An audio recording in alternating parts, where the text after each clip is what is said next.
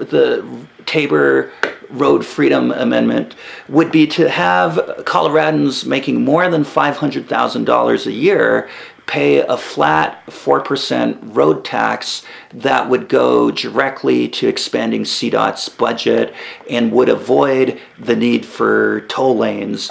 And so just wanted to let you know we have that in the works and would like to have that be incorporated into the decision-making processes. So where CDOT is looking at tolls now, we believe an amendment to Tabor plus the healthy stream of revenue coming on from Colorado's new hemp industry will help support highway infrastructure without the need for P3 arrangements or the need for somewhat potentially unfair toll lanes as well. Yeah. Mm-hmm. No, I think in a perfect world, wouldn't we love to be able to go back to the days where you could just add capacity as we needed, because our budgets were healthy enough. And so, well, interesting, and I wish you luck with that. As you know, say that the recent polling, there was a group called Impact 54, which is an amalgamation of many of the counties and cities all around the state, actually, who are joined together to look at additional revenue for transportation. And so they were floating a number of different concepts and had sort of test run concept of an increased sales tax was what they thought would be most palatable, given some previous polling that they had done. Just got back all of their polling and realized that the state has zero appetite, unfortunately, right now. It's funny, they very much support the goals of transportation, they support the need, they support the need for the improvements to the infrastructure and the like, but when it comes to paying for it, people are not so inclined right now. So they just sort of looked at potentially a ballot issue for this fall of 2014 and decided that it's not the time, unfortunately, for that particular one. So we're certainly always open to hearing that kind of stuff. It's one of those challenging situations that we all find ourselves in. What is the right solution? What is the right answer? And how do we maintain this infrastructure that means so much to our state economy and to people's lives and the like? And boy, that couldn't have been put finer point on it during the floods this year when all of a sudden the roads weren't there, and my gosh, people's lives were impacted. So not the kind of story you want to tell, unfortunately, during the flooding, but boy, it brought the point really home, didn't it? Yeah, very much so. And one of the things that's interesting too, just in terms of the floods, it's impossible to say any one event may be related to climate change.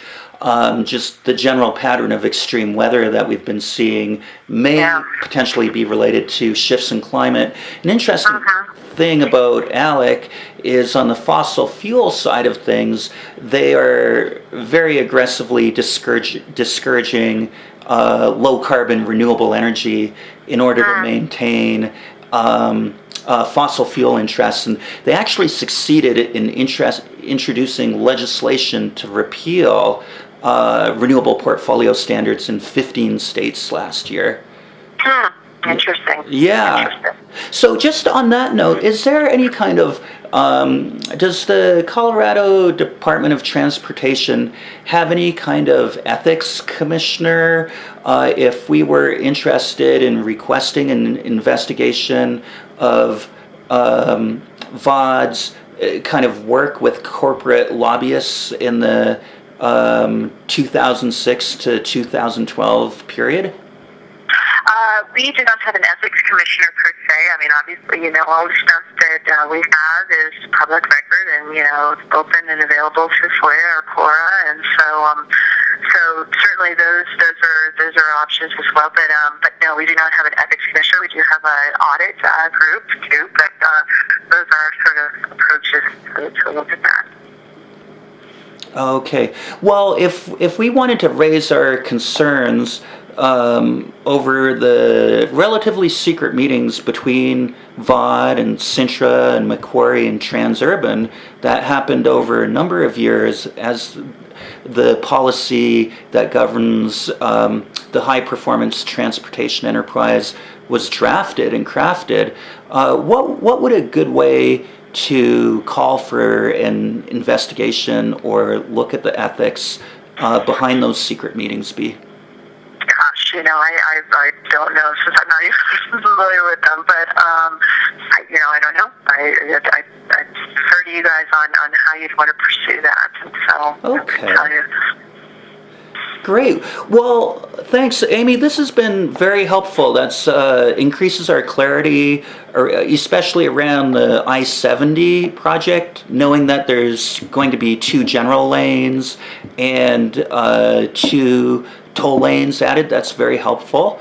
And then also, I'll just reiterate. And actually, just so we're clear, there's 3 general purpose lanes on I-70 and then 2 tolled, so it's a total of 10. On each side. So 5 on each side, good point. So a total of 10. Yeah, so 3 in each direction, 3 general, 2 toll. Yeah. Yeah, thank you. That's helpful. And then, I just want to reiterate our support in that we'll be looking at the Tabor Amendment. And, sales taxes are never going to are a hard sell, but they're tricky. Yep, all taxes are tricky. Let's be honest. Yeah.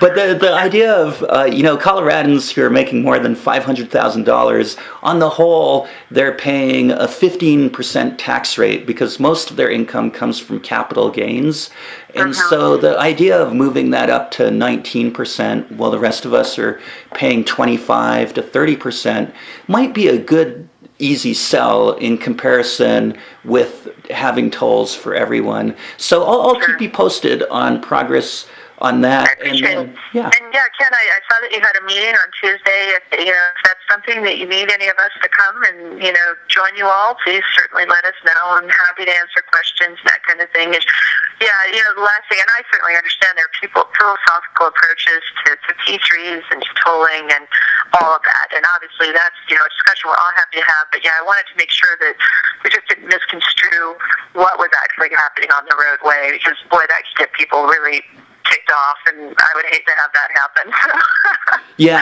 Accuracy is really important. I agree. Everyone can have the arguments about tolling and on, and I completely understand that part of it, and I think it's a good discussion and a healthy discussion, frankly, to have. But I'd hate to have them think that we're just going to be tolling I-70 as a whole shooting match. So that's why I wanted to give you a call. So I really appreciate you taking the time to listen. So thank you so much. So kind. Oh, likewise, appreciate the information. So great. Well, thanks so much, Amy. I will take a look tomorrow morning as to whether we'll put in a request to have somebody come up. Would that be yourself, or? Yeah, I could probably do it, and then feel free to give me a call, or we can figure out if someone else can come. But just keep me posted. Sounds good. Well, thanks very much for that offer of support. We appreciate that. All right, Sam. Well, hey, it was a pleasure. Listen, you have a great night, and then holler if you got any more questions, okay? Sure will. Have a good night as well, Amy. All right, take care. Bye.